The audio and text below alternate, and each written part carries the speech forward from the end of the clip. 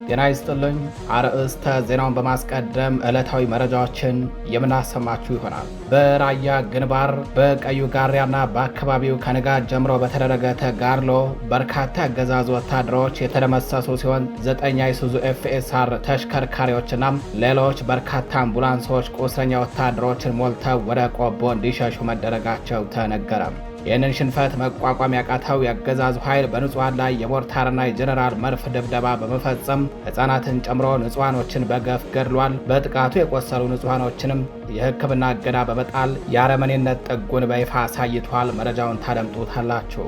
በሌላኛው መረጃችን ከአዲስ አበባ በመድፍ ርቀት በተካሄደ አውደ ውጊያ በርካታ ያገዛዙ ወታደሮች ሲደመሰሱ ልዩ ልዩ የጦር መሳሪያዎች በፋኖ ቁጥጥር ስር መዋላቸው ታወቀም። በሸዋ ጠቅላይ ግዛት ቀጠና በፊላ ገነት፣ በአባ በርሶማ፣ በአይፌሶ፣ በሸጋ ገበያና በእምቧይ ባድ አካባቢዎች የተጀመረው ተጋድሎ አድማሱን አስፍቶ ከአዲስ አበባ በመድፍ ርቀት እስከሚገኙ አካባቢዎች የዘለቀ ሲሆን የፋኖን ክንድ መቋቋም ያልቻለውና ሞትና ቁስለኛ ከመሆን የተረፈው የጠላት ኃይል ወደ መዲናዋ መፈርጠጡ ታውቋል። በተያያዘ ዜና በባሶና ወራና ወረዳም በሁለት አርበኞች ብቻ ጥቃት የተከፈተበት የጠላት ጥምር ጦር የአርበኞቹን ክንድ መቋቋም አቅቶት ከባድ ኪሳራ መከናነቡ ተሰምቷል። መረጃውን ታደምጡታላችሁ። በሌላኛው መረጃችን በምዕራብ አማራ ጎጃም ቀጠና በጎዛምን ቀኝ አቦ በስናንና በደብረ ኤልያስ ግንባሮች በተደረገ ተጋድሎ ከ65 በላይ አገዛዙ ወታደሮች ሲደመሰሱ በርካታ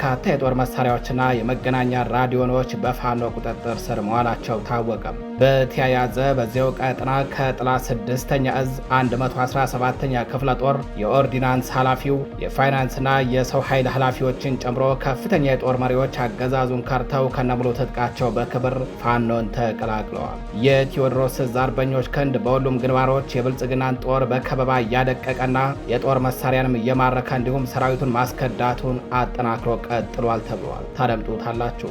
በሌላኛው መረጃችን የብልጽግና ፓርቲ የክልል ምክር ቤት እጩ ተወዳዳሪ ፋኖን ተቀላቅሏል። ይህ እርምጃ በክልሉ ውስጥ ብልጽግና ፓርቲ ተቀባይነት ማጣቱንና በአንጻሩ ደግሞ የፋኖ ትግል ቅቡልነት እያደገ መምጣቱን በገሃድ ያሳየ ነው። ታደምጡታላችሁ። አድማጭ ተመልካቾቻችን ለዛሬ ግንቦት 14 2018 ዓ.ም እነዚህንና ሌሎች የግንባር መረጃዎችን እንዲሁም ሌሎች የሀገር ውስጥና የውጭ መረጃዎችን አጠናቅረን ይዘን ቀርበናል። አብራችሁን ቆዩ።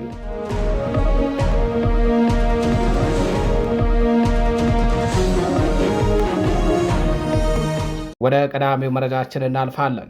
በራያ ግንባር በቀዩ ጋሪያና በአካባቢው ከባድ ተጋድሎ ሲደረግ ውሏል። የአማራ ፋኖ ብሔራዊ ንቅናቄ ምኒልክ ዕዝ ልዩ ዘመቻ እንዲሁም ከ101ኛ ኮርና ከ102ኛ ኮር የተወጣጡ አርበኞች የጠላትን ኃይል አከርካሪ ሰብረው አንጸባራቂ ድል ተቀዳጅተዋል። በራያ ግንባር ከወደ ፋኖ የተወሰደበትን እርምጃ መቋቋም ያልቻሉ የብልጽግና ኃይል በንጹሐን ላይ ዘፈቀደ የሞርታርና የጀነራል መድፍ ድብደባም ፈጽሟል። በዚህም ሕፃናትን ጨምሮ ንጹሐኖች ሕይወታቸው አልፏል። በርካቶችም ቆስለዋል። በመድፍ ጥቃቱ የቆሰሉ ንጹሐኖች ወደ ቆቦ ከተማ ተወስደው እንዳይታከሙ የአገዛዙ ኃይል ቆቦ ከተማ መግቢያ ኬላ ላይ እየመለሰ ይገኛል። ዛሬ ግንቦት 14 2018 ዓ.ም ከንጋት ጀምሮ በቀዩ ጋሪያና በሌሎች ራያ ግንባር አካባቢዎች እየተካሄደ በሚገኘው ውጊያ እጅግ በርካታ ቁጥር ያላቸው የአገዛዙ ወታደሮች ተገድለዋል። በርካቶችም እጅ ከፈንጅ ተማርከዋል። በውጊያው ከተገደሉና ከተማረኩት በተጨማሪ በ9 አይሱዙ ኤፍኤስአር ተሽከርካሪ ሙሉ እንዲሁም በሌሎች አምቡላንሶች ሙሉ ቁስለኛ ወታደር ለሕክምና ቆቦ ሆርማት ካምፕ ገብቷል። ቀሪው ደግሞ ወደ ሐራ እየተጓጓዘ ይገኛል። ውጊያው በዚህ ምሽትም ተጠናክሮ ቀጥሏል። የተጠናቀሩ መረጃዎች ሲወጡ ወደ እናንተ የምናደርስ ይሆናል። ወደ ሌላኛው መረጃችን እናልፋለን። በሸዋ ጠቅላይ ግዛት ቀጠና በፊላ ገነት፣ በአባ በርሶማ፣ በአይፌሶ፣ በሸጋ ገበያና በእምቧይ ባድ አካባቢዎች የተጀመረው ተጋድሎ አድማሱን አስፍቶም ከአዲስ አበባ በመድፍ ርቀት እስከሚገኙ አካባቢዎች ላይ የዘለቀ ሲሆን የፋኖን ክንድ መቋቋም ያልቻለውና ሞትና ቁስለኛ ከመሆን የተረፈው የጠላት ኃይል ወደ መዲናው አዲስ አበባ መፈርጠጡ ታውቋል። ከአዲስ አበባ በቅርብ ርቀት በተካሄደው ውጊያ በርካታ ያገዛዙ ወታደሮች ሲደመሰሱ ልዩ ልዩ የጦር መሳሪያዎች በፋኖ ቁጥጥር ስር ውለዋል። በአማራ ፋኖ ብሔራዊ ንቅናቄ ሸዋ ጠቅላይ ግዛት አሳምነው እዝ አሃዶች በጠላት ላይ የከፈቱት የተቀናጀ ጥቃት በአገዛዙ ካምፕ ውስጥ ከባድ ድንጋጤና ሽብርን ፈጥረዋል። የብልጽግና ጦር በዙ 23 በሞርተርና በሌሎች ከባባድ መሳሪያዎች እንዲሁም በዶሽቃ ታጅቦ ወደ ሳሲት ቢዘምትም የጀግናው አጼ አምደ ጽዮን ኮር አሃዶች በፊላገነት በአቦ በርሶማ በአይፌሶ በሸጋ ገበያና በእምቧይ ባድ ቀጠናዎች ጥላትን በከበባ ውስጥ በማስገባትና ዙሪያ ገባውን ቆልፎ መውጫ ማምለጫ በማሳጣት ከባድ እርምጃ እንደወሰዱበት ታውቋል። የኃይለማርያም ማሞ ክፍለ ጦር የሶስተኛ ሰላም ሰው ሬጅመንት አርበኞች ከአዲስ አበባ በመድፍ ርቀት ማለትም በ50 ኪሎ ሜትር ርቀት ገደማ ላይ በመዝለቅ በፈጸሙት ኦፕሬሽን የጠላትን ሰራዊት ሙትና ቁስለኛ በማድረግ መሳሪያውን ማርከው ታጥቀዋል። በተጋድሎ በርካታ የአገዛዙ ወታደሮች ሲደመሰሱ አውቶማቲክ ክላሾችና ስኪ ጠመንጃዎች እንዲሁም በርካታ ተተኳሾች በፋኖ ቁጥጥር ስር ውለዋል። በሌላ በኩል በባሶና ወረዳ በሁለት አርበኞች ብቻ ጥቃት የተከፈተበት የጠላት ጥምር ጦር የአርበኞቹን ክንድ መቋቋም አቅቶት ወደ መጣበት እግሬ አውጭኝ መፈርጠጡ ተሰምቷል። የአገዛዙ ሰራዊት ይህንን የሽንፈት ውርደትን ለመሸፈን በንጹሐን ላይ ያደረሰው የዘረፋና የጭካኔ እርምጃ የመጨረሻና ተስፋ መቁረጡ ማሳያ የጥፋት ምልክት ነው ተብሏል። ይህ የፋኖ ዘመቻ ወራሪው ኃይል የትም ቢደበቅ ከህዝባዊ ፋኖ እንደማያመልጥ በግልጽ ያሳየ ነው ተብሏል። ከዚህ ቀደም ያገዛዙ ወታደሮች ቀበሌ ላይ ሲመቱ ወደ ወረዳ ፈርጥጠዋል። ወረዳ ላይ ሲመቱ ወደ ዞን፣ ዞን ላይ ሲመቱ ወደ ክልል ከተማ፣ ከክልል ከተማ ደግሞ ወደ አዲስ አበባ ሩጫቸውን ጀምረዋል።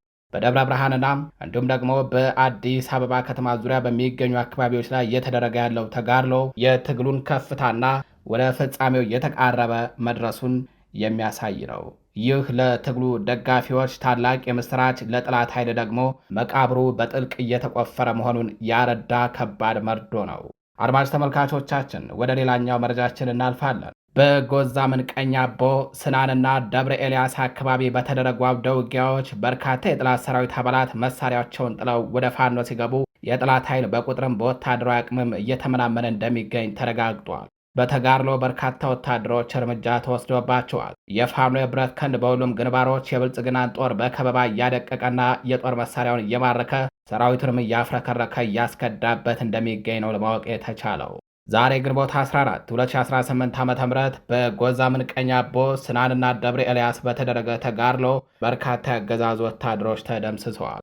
በተመሳሳይ ከጠላት 6ኛ እዝ 117ኛ ክፍለ ጦር 3ኛ ሬጅመንት ከፍተኛ አመራሮች ማለትም የኦርዲናንስ ኃላፊው ጌታ ረዳ ታደለም፣ የፋይናንስ ኃላፊው ቀለማ አየለና የሰው ኃይል ኃላፊው ጌታቸው ቻላቸው ገላይን ጨምሮ በርካታ የመከላከያ ሰራዊት አባላት የብልጽግናን ቡድን ከርተው በቴዎድሮስ እዝ 206ኛ ኮር 24ኛ ክፍለ ጦርን በክብር ተቀላቅለዋል። በቴዎድሮስ እዝ 14ኛ ክፍለ ጦር ስር ንጉሥ ተክለ ሃይማኖት ሬጅመንት እና በ24ኛ ክፍለ ጦር ስር ስናና አባጅሜ ሻለቃ በጋራ በወሰዱት እርምጃም የጠላትን አከርካሪ ሰብረው አንጸባራቂ ድል ተቀዳጅተዋል። በጎዛምን ቀኝ አቦ በተደረገ ፍልሚያ 2 የዲሽቃ ተኳሾችን ጨምሮ ከ15 በላይ የአገዛዙ ወታደሮች ተደምስሰዋል። የ14ኛ ክፍለ ጦር ቀስተ ደመና ሬጅመንት በወሰዱ የተቀናጀ ጥቃት ከ50 በላይ ጠላት ኃይል ሲደመሰስ 9 ክላሽ፣ 4 መገናኛ ራዲዮ፣ 1 ስታር ሽጉጥ፣ ወታደራዊ ቦርሳዎችና የትጥቅ መገልገያዎች ተማርከዋል።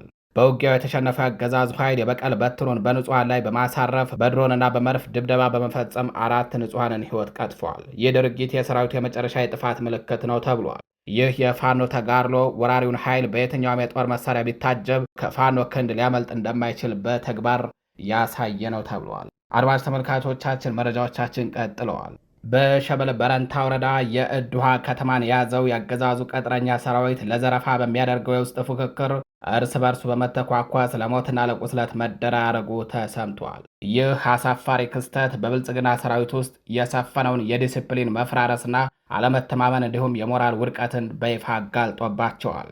ከግንቦት 12 2018 ዓ.ም ከምሽቱ 5 ሰዓት ጀምሮ የእድሃ ከተማ ሰፍሮ በነበረ አገዛዙ ኃይል መካከል የተጀመረው የእርስ በርስ ውጊያ ትናንት ሙሉ ቀን እስከ ዛሬ ንጋት ድረስ ቀጥሏል። ግጭቱ የተቀሰቀሰው በቅርብ ቀን ወደ 64ኛ ክፍለ ጦር የተቀላቀለ የሚኒሻ አባል ስሙ አሌ አለሙ የተባለው ይህ የሚኒሻ አባል ከአንድ አርሶ አደር ከብት ለእርገት በዓል ሞያ ለመውሰድ ባደረገው የዘረፋ ሙከራ ነው።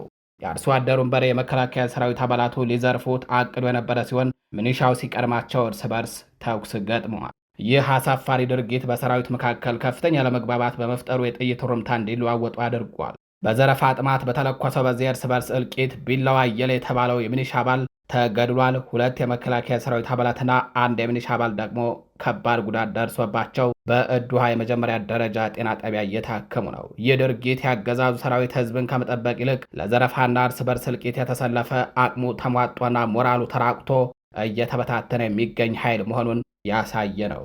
አድማጭ ተመልካቾቻችን ወደ ሌላኛው መረጃችን እናልፋለን። የብልጽግና ፓርቲ የክልል ምክር ቤት እጩ ተወዳዳሪ ፋኖን ተቀላቀለም። በሰሜን ወሎ ዞን በቡግና ምርጫ ክልል ለብልጽግና ፓርቲ የክልል ምክር ቤት ተወዳዳሪ ሆነው ታጭቶ የነበሩት ቄስ ንብረት አያሌው ባህሩ ከጸረ አማራውና ሀገር አውዳሚ የብልጽግና ፓርቲ ጋር ያላቸውን ግንኙነት በማቋረጥ በይፋ ፋኖን መቀላቀላቸውን መረብ ሚዲያ ለማረጋገጥ ችሏል። ቄስ ንብረት አያሌው በአማራ ህዝብ ላይ የሚፈጸመው እልቂት በምርጫ ስም እንዲራዘም አልተባበርም፣ የብልጽግናን የምርጫ ቀልድ አላጅብም በሚል ነው በአማራ ፋኖ ብሔራዊ ንቅናቄ ምኒልክ ዕዝ ስር በሚገኘው ግዙፉ 303ኛ ላስታ ሳምነው ኮርን የተቀላቀሉትም። ይህ እርምጃ በክልል ውስጥ ብልጽግና ፓርቲ ተቀባይነት ማጣቱንና በአንጻሩ ደግሞ የፋኖ ትግል ቅቡልነት እያደገ መምጣቱን በገሃድ ያሳየ ነው ተብሏል። በተያያዘ ዜና በአማራ ፋኖ ብሔራዊ ንቅናቄ ምኒልክ ዕዝ 303ኛ ሳምነው ኮር 14ኛ ክፍለ ጦር የወታደራዊ ቁመናውን ለማሟላትና የሰራዊቱን የውስጥ አንድነት ይበልጥ ለማጠናከር ያለመ የውስጥ ተሃድሶና የእውቅና ሽልማት መርሃ ግብር አካሄደ። መድረኩ በምኒልክ ዕዝ ወታደራዊ አማካሪ ኮሎኔል ሞገዝ ዘገየ የተከፈተ ሲሆን ለነጻነት ሲሉ መስዋዕትነት ለከፈሉ ጀግኖች የህሊና ጸሎትም ተደርጓል።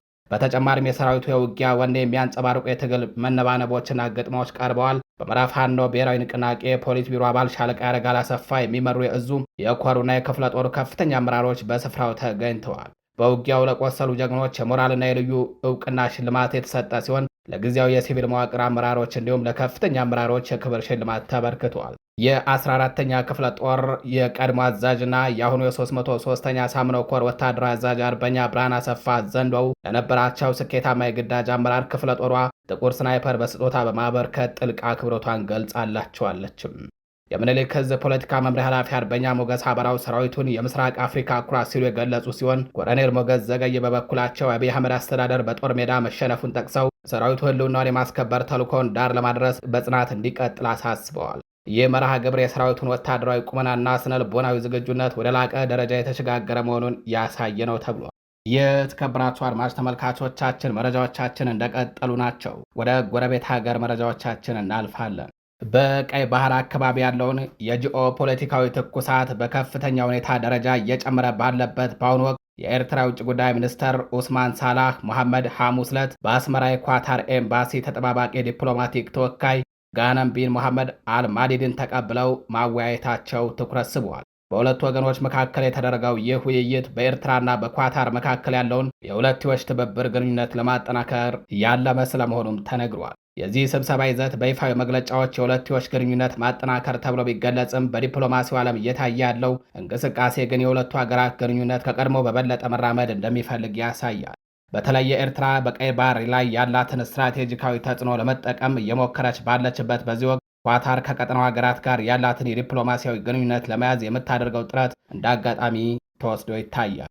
ይህ በሁለቱ ሀገራት መካከል የተካሄደው ስብሰባ የኤርትራ ዲፕሎማሲያዊ አድማስ ለማስፋት እንዲሁም የቀጠናዊ ተጽዕኖን ለማረጋጋት የታቀደ ወሳኝ እርምጃ መሆኑን የፖለቲካ ተንታኞችም ይገልጻሉ። የሁለቱ ሀገራት ግንኙነት ወደፊት የሚኖረው መልክ በቀይ ባህር ቀጠና ውስጥ እየተቀያየሩ ካሉት የኃይል አሰላለፎች ጋር ተያይዞ በጉጉት የሚጠበቅ ይሆናል ተብሏል። በሌላኛው መረጃችን የዓለም የጤና ድርጅት በአፍሪካ የኢቦላ ቫይረስ ስርጭትን አስመልክቶ አስቸኳይ የዓለም አቀፍ የሕዝብ ጤና ጥበቃ አዋጅ አወጀ። በተመሳሳይ ዋሽንግተን ዲሞክራቲክ ሪፐብሊክ ኮንጎን ጨምሮ በ3 ሀገራት ባለፉት 21 ቀናት ጉዞ ያደረጉና አሜሪካዊ ያልሆኑ መንገደኞች ወደ ግዛቷ እንዳይገቡ ክልከላ ስለመጣሏም ተሰምቷል። በኮንጎ ዲሞክራቲክ ሪፐብሊክና በኡጋንዳ የተከሰተው ይህ ወረርሽኝ በሀገርና በክልል ደረጃ ከፍተኛ ስጋት የደቀነ ሲሆን እስካሁን 600 የሚጠጉ ተጠርጣሪዎች መመዝገባቸው ተነግሯል። ከነዚህ መካከል 139 የሚሆኑት ሕይወታቸው አልፏል ነው የተባለው። የዓለም የጤና ድርጅት ዋና ዳይሬክተር ዶክተር ቴዎድሮስ አድሃኖም ወረርሽኙ አስቸኳይ ዓለም አቀፍ ምላሽ እንደሚፈልግ ገልጸዋል። አዲስ ወረርሽኝ የተከሰተው በቡንዲ ቡጊዮ የቫይረስ ዝርያ ሲሆን ለዚህ ዝርያ እስካሁን የጸደቀ ክትባትም ሆነ አስተማማኝ ፈውስ የለም ተብሏል። በኮንጎ በኢቱርና በሰሜን ኪቡ ግዛቶች 51 የላቦራቶሪ ምርመራዎች የተረጋገጡ ሲሆን በኡጋንዳ ዋና ከተማ ካምፓላ ከኮንጎ በመጡ ሰዎች ላይ 2 የኢንፌክሽን ጉዳዮችና 1 ሞት ተመዝግበዋል። በአሁኑ ወቅት የዓለም አቀፍ ስጋቱ ዝቅተኛ ቢሆንም የቫይረሱ የመቀያየርና የመስፋት ሰንሰለትን ለመቁረጥ ጥረት እየተደረገ ስለመሆኑም የዓለም የጤና ድርጅት አስታውቋል። የተከበራችሁ አድማጭ ተመልካቾቻችን ለዛሬ ግንቦት 14 2018 ዓ.ም ይዘናቸው የነበሩት የምሽት መረጃዎቻችን እነዚህን ይመስላሉ። ከቀሪ የጣቢያችን መረጃዎች ጋር ቸር ቆዩ።